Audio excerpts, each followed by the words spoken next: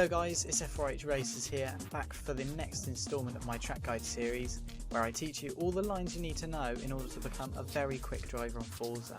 Today we're at my favourite track in the world, Silverstone. A very high speed track with many long straights, but also some critical corners. I'll be driving an A-Class Jaguar F-Type Project 7 edition. It's an extremely powerful car, but with the addition of aero it's able to navigate the corners well enough to get a quick time. Anyway, let's go for a hot lap and I'll talk you through what you see. As we begin the lap, make sure you get enough of an exit out onto the straight so that you don't lose time. You need to have speed so that you can carry it all the way up to turn 3, Village. Now focus entirely on turn 1, Abbey. It is extremely critical you get the turn-in point correct, as if you miss the apex here, your entire lap is ruined. As you can see, on entrance I got all the way out onto this curb for the widest possible line. This makes it as easy as possible to get around turn 1, as the wide line reduces your margin for error. Now do everything in your power to hit the inside curb so that you can get a good exit.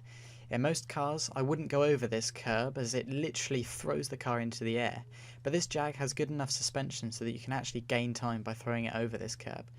It is worth experimenting with different cars in order to see what line is faster. Now be as committed as you dare and try to scrub off as little speed as you can as you fly through Farm Curve.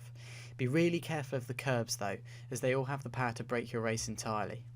Because these first two corners are so important, and also because I've paused it so many times in order to explain it, I'm going to replay these corners in full speed so you can see what they look like.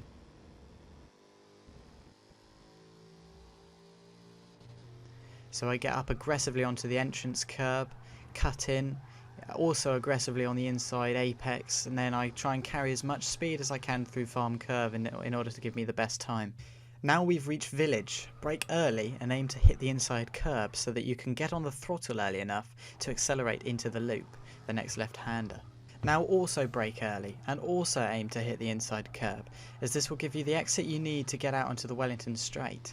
Be ultra cautious though of the outside curbs here, as they are literally all killers. Now get ready for two incredibly fun but important corners, Brooklands and La Field. You also need to brake early for Brooklands and late apex the curb on the inside. It's important though that you stay in the middle of the track so that you can get the exit out of the next right-hander, La Field. Brake enough as you go in so that the car naturally wants to stay on the middle of the track. Be really patient on the throttle, but as soon as you feel the car is able to, floor it for the exit. On this lap, I even got two wheels outside of the curb on the outside. It's extremely risky, but extremely quick if you get it right. Therefore, I wouldn't really recommend that you would take this line in the races, as the curb would easily spin you out and ruin your entire race altogether. Now Cops.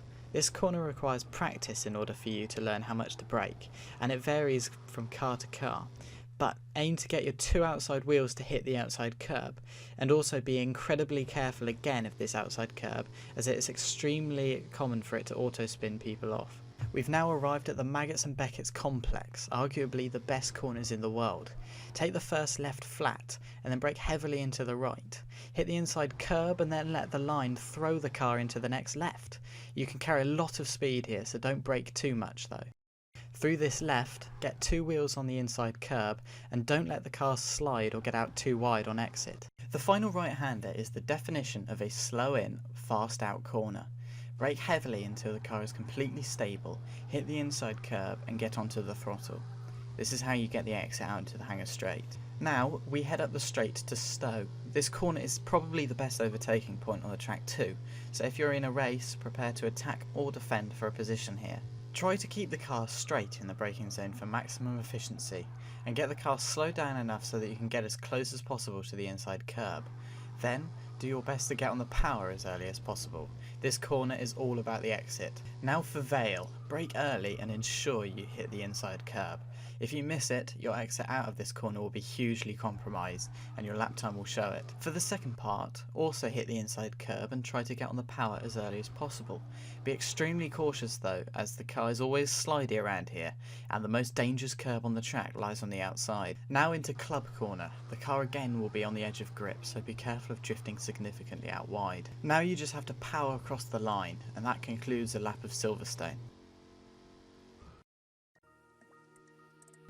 thanks a ton for watching. It's been F4H Racerz once again.